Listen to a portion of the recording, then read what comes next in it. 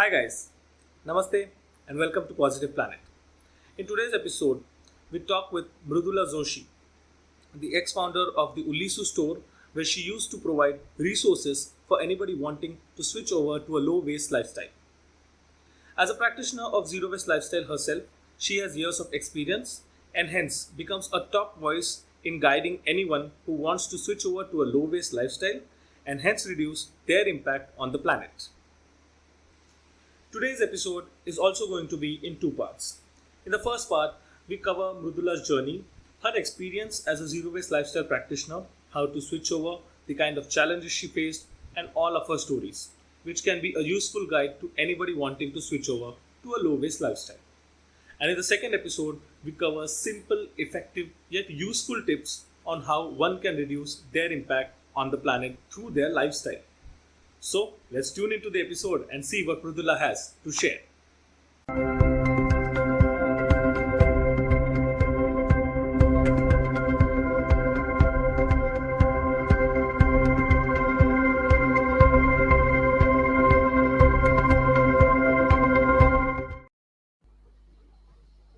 Hi Mrudula, welcome to the show. How are you? I'm good, but thank you so much for inviting me. Definitely, I'm excited about what we are going to talk of. I have a lot of questions. I have had to filter a lot of questions with you, but I'm going to jump right into it. I'm going to start at the very beginning of your journey. You started your career in fashion, and in your TED talk, you have mentioned that inadvertently you had become a part of the climate change problem. Now, since you were inside the fashion industry, can you give us what was the perspective with respect to climate change for brands? How did they used to operate? There was no perspective for brands on climate change in fashion.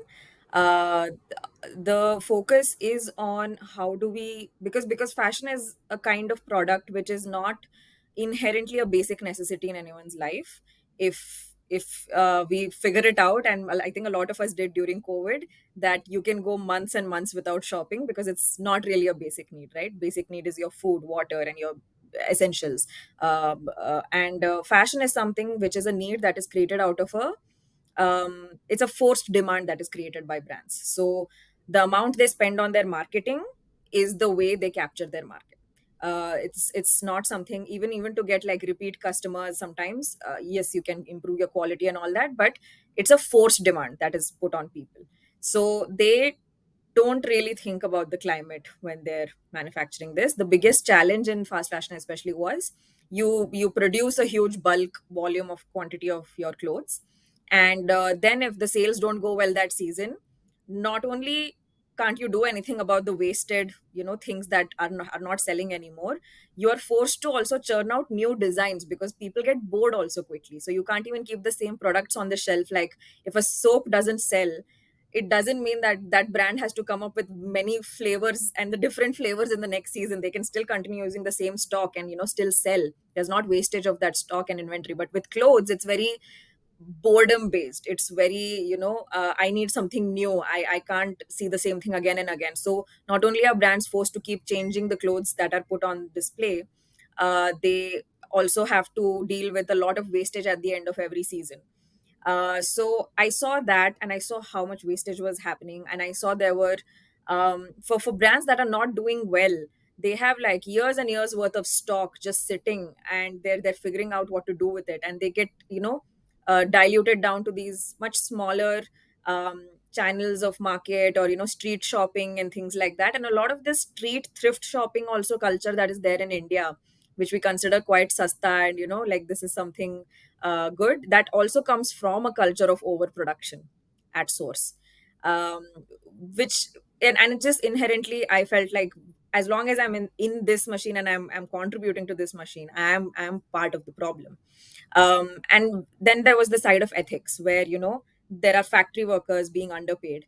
There are factories that are not being paid their due. If one batch of clothes came and there were a few defects in that, the entire batch would have to be repeated again. And because of those few defects, then you have a wastage of that stock.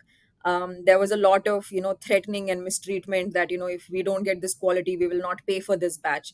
So you have workers working overtime, and you they're not being paid enough. And I know they're not being paid enough because we are advised by our managers and seniors to not be easy on them, and that is considered part of being good management, or good negotiation skills, or those kind of things in the market. So while we are improving our negotiation skills, there is some person sitting in the factory not being paid for like the hours of work they did, right? So there was that ethical aspect of it as well, which I just couldn't wrap my head around it. And I think particularly some brands are a little more ruthless than the others. There can be brands who do things a little more ethically, but and they have one factory they have good relationship with, they've built up that quality over time, and then it goes well. But there's a lot of new ones, and that cutthroat competition kind of culture in fashion doesn't allow for a lot of grace in how people trade with each other and interact with each other. So that was not an environment I wanted to be a part of and contribute to. So that's how I decided to quit my very short journey as a fashion designer, or as a designer in the fashion industry, at least. Yeah. But then, with the advent of social media and some of these issues coming to fore, do you think when you joined and what the situation is now, there has been some development, there has been little improvement, at least in some regard? uh, there's a pressure to pose as sustainable. There's a pressure to like at least talk about sustainability. um, but still, inherently, I don't think brands are that concerned. They might put up a bin and say you can come return your old clothes and get points to shop more with us again. Yeah. Shop more brand new things. um, Overproduction is the problem, not just the material or the fabric that you're using. Overproduction of even a sustainable fabric is still unsustainable, right? It's coming from a farm, it's coming from land use and resources and water being put into growing those resources, right? So until brands figure out how to make profits with the same resources they have manufactured, I think you have to figure out a way to bring in old pieces and refurbish them and resell them. Make as much use, like as individuals how we are recommended to make as much use of what we have, as brands also you have to make as much use of what you have. And those models I see very rarely being implemented in the fashion industry, in the mainstream fashion industry at least. Now in social media I do see new innovations being implemented. Like there is a um, extension that has been created which can be added on the website, where I'm forgetting the name of this extension, but Kirti Purnia is the founder of this brand, and she has created this extension where you can create a reselling section of your website of the products that you have. Your customers can come back, resell the product they bought from your brand back to you, and you will have a second hand section on the website of the clothes that you have. And I think these kind of innovations are very important. And the brand makes money out of this, the customer also makes money out of this, right? Incentive is key. I'm not going to say that people will operate out of charity. There has to be a way for everyone to make money, but you have to think of these circular systems. Otherwise we are just focusing on overproduction, and we are putting up a front, come drop off your old clothes with us and we will recycle it. Where it's going, what it's happening, I have no idea. It's sitting in Chile desert somewhere. But people are still consuming brand new clothes, for which I'm quite sure brand new resources are being used. Interesting example. And talking of the circular economy, I will continue on your journey now. So I think after this, your fashion stint, you started doing waste segregation, composting. You started leading a sustainable lifestyle. You've mentioned that you put your daily journal on Instagram as to what you are doing with this journey.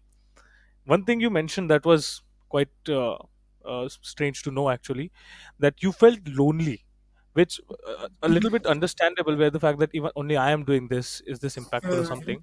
But can you elaborate, what were the feelings, what were your thoughts, and if someone is to practice this, I think they will Yeah. also feel that. How do you get out of it?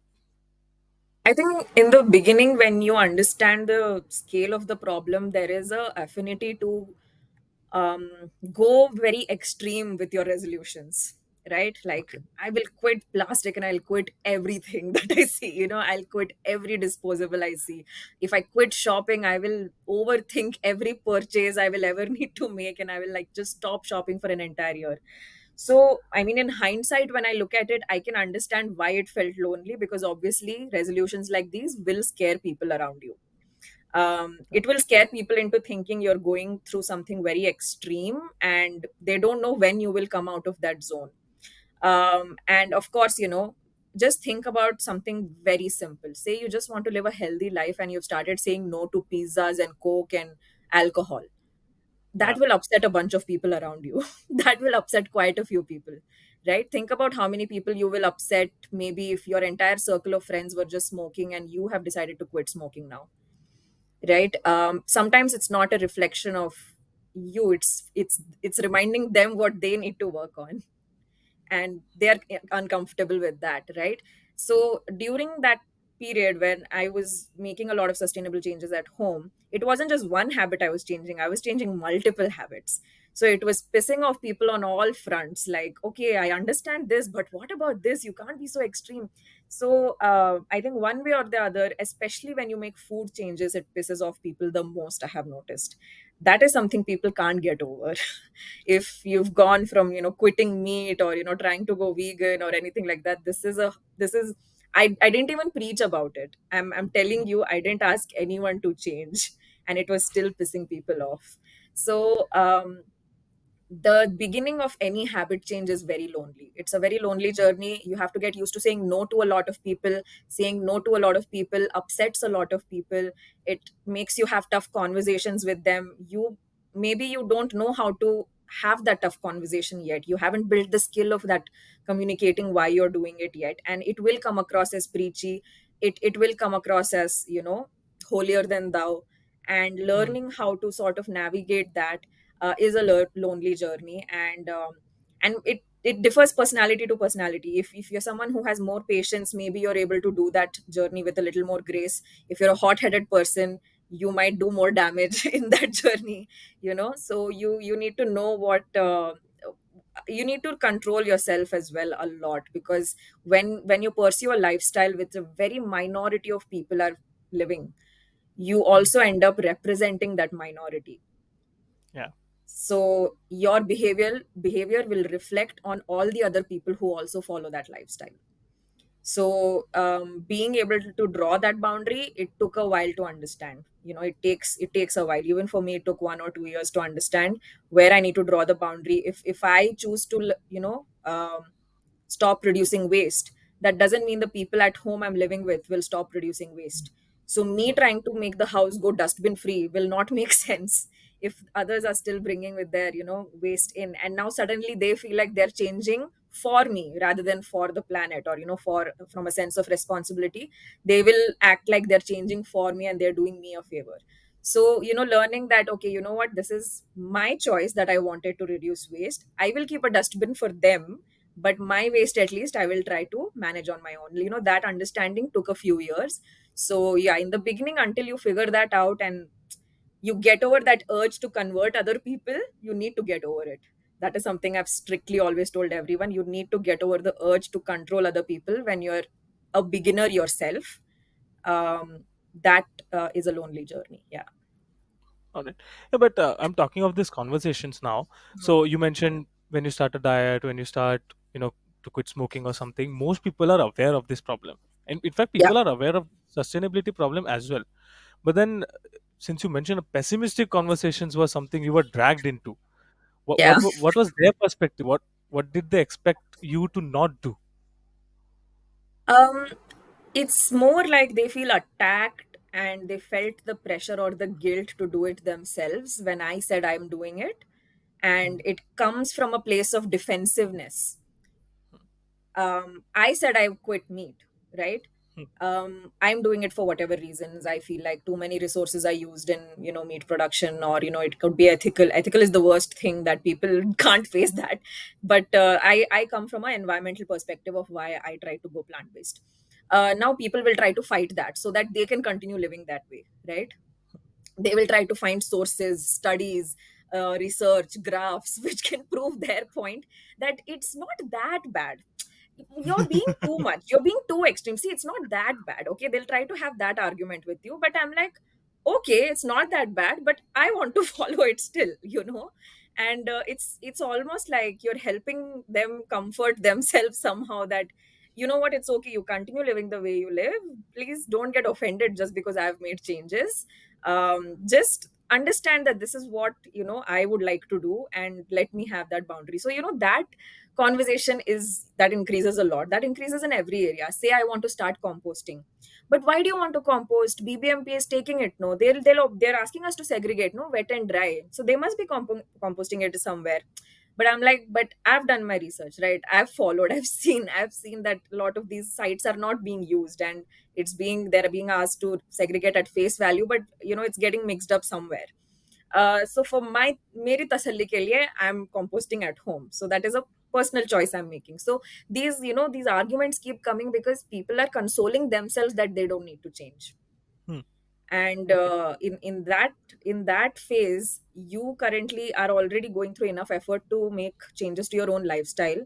You will not have the mental bandwidth to sit and have these fights with people, which will turn into fights, if because you are getting pissed off that everything you're doing is being questioned by people around you. So you start losing your patience with people. Mhm. So you start looking like an angry person, you start looking like a crazy environmentalist, you start looking like you've lost your mind. But it's just that when someone's trying to make changes, they also deserve some space to go figure out those changes in their lives. And like you said, smoking or any other habit that people try to quit, generally it has way more awareness and history, because there is like decades of research done on it, and there's enough consequences also people have faced and you have seen it. But with sustainability, it's very new. But you can compare the kind of uh, changes it has been going through to the changes people went through when they first realized that smoking was dangerous. uh, Mhm. 90s may, or in 80s may, if you were trying to quit smoking, I don't think people would have been that Yeah. they would be like, Agree. oh, what's the big deal, come on, you're trying to be, like that time also awareness was not that high about it, Yeah. and it was Yeah. taken for granted that everyone will be like, there was indoor smoking everywhere, no one was even aware that that is ridiculous. So these things take time to build up. I will definitely say trying to live sustainably, even 6 years now, like since I first started, it's much easier now to say things like I compost at home, or Hmm. I would like to, I don't buy fast fashion anymore. I'm seeing it out of more and more people's mouths now, and it's less and less surprising. um, but back then when I had started in 2015, 2013, I think this was like one of the first generation of intentional zero wasters in urban areas we had started, and we were all crazy to people back then. Hmm. So I think it is Vani Murthy ma'am's Instagram, or Yeah. my Instagram, or Zero Waste Adda Pankti's Instagram. These have been very influential because they have normalized it to at least some extent now. Hmm. And there are examples to look at while you're trying to live sustainably in India now. Back then it was just European examples and hippies, and it wasn't you couldn't explain it easily to people why you were doing it. Uh, from this conversation, something I recall, I would like your view on that. So there's a person on LinkedIn. I'm sorry, I forget the name. She shared a quite interesting an infographic where she shared that for us to tackle climate change, we do not need a few people practicing sustainability perfectly, but in fact, we need a lot of people doing it imperfectly. Do you agree with this? Yeah, of course. I mean, I think we get very hung up on trying to be perfect at it, which is why nobody starts it. And everyone feels like whenever you start um, changing your lifestyle, it will attack their entire identity and their personality and how they're being perceived. And if that's a huge reason why people don't try to quit meat, or they don't try to shop less, or they're scared of how they'll come across to others, and they're scared that now they're trying to be more eco-friendly, they have to fit into the full stereotype of an eco-friendly person. Mhm. Because if they don't do that properly, then they don't belong to that community. And then if they're halfway there, they don't belong to this over consuming community either. So there's a way of there's this tendency of people to want to belong to a group, and the only way Yeah. to belong to a group is to follow all the rules of the group. And I don't think that's necessary. You have to, carve out your version of it. You, if you say that, okay, I don't understand anything else, I don't understand the food change, the, fashion change, the travel changes, this is not something I can comprehend right now, but I can comprehend composting my wet waste at home, then just start with that. Then you're part of the millions of people whose compost is helping reduce, that part of carbon footprint of their lifestyle. You join the statistics of that one change that's making a huge change, when spread across the mainstream, right? So it's not a competition. It's not an individual competition at all. One individual is not saving the planet. Even if you're perfect, even if go live in a cave, you will not be able to save the planet. So you might as well continue living your life and make the changes you can actually comprehend without taking the pressure of being perfect. That's actually a good note to end this particular answer on, and I think Yeah. our viewers should really put this in their mind. I want to change my focus on something you have written in your LinkedIn bio. Quite intriguing. You say that after 6 years in sustainability sector, one thing is clear, that we have been living in cities, and that Hmm. has disconnected us with the world outside.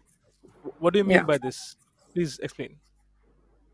So I don't know how many years it's been since I wrote that in my bio, but I do still resonate with it. I do still resonate with, that observation that I made, which is, when we are living in cities, and these metropolitan cities have the maximum amount of population of our countries. They tend to have the maximum amount of population. They've started living in a very different culture and life over here. There are different rules and expectations to live up to in a city, when you're living in the city. And then we take a break and we go to the rural parts, or we go to the more underdeveloped parts for a vacation, and then we treat it as a background view or a background image, rather than understanding it's, part of our environment and part of everything. Being disconnected from where your food comes from is a huge example of that. When you are living out maybe in a rural area, you will see the amount of work that goes into growing Hmm. your food. You will see the amount of work that goes behind, creating raw materials, whereas when you're living in the city, you're just enjoying the end product of all that hard work, and then you take it for granted.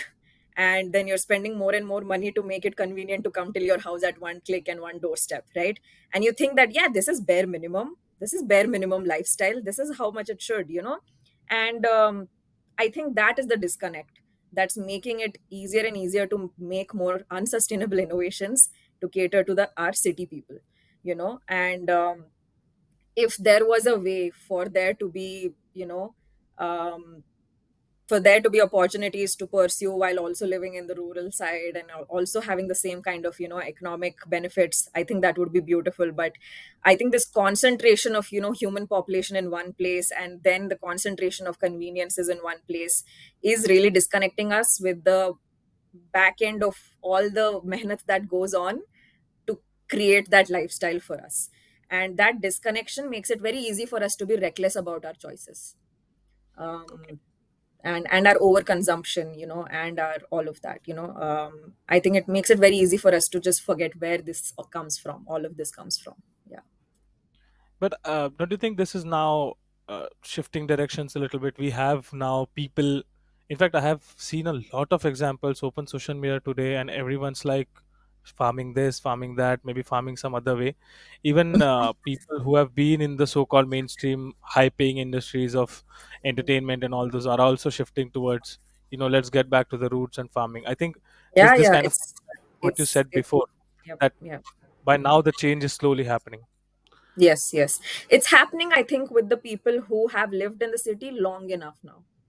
I Hmm. think they are, and they have reached a certain level of economic privilege where now they're realizing, okay, they need to think higher than their own needs, right? Hmm. But there is still a huge section of the country which is very recently introduced to the conveniences, and the, benefits of living in the city, and they're eager to exploit it. They're eager to, live the hype of the city Hmm. life, right? And it will be a journey until it reaches the majority, but definitely the shift is coming. And I'm always happy to see when, engineers are quitting their jobs and going and starting a farm. I think it's always nice to see these stories. And yeah, I mean, I think even in terms of employment, it should really diversify a lot more, and stop getting concentrated to these few sectors that force everyone to come and live in cities, and all of that. So yeah, it's like I said, this line was probably written a very long while ago in my LinkedIn. Also, I need to probably check it again, but I still do think there's a lot of disconnection.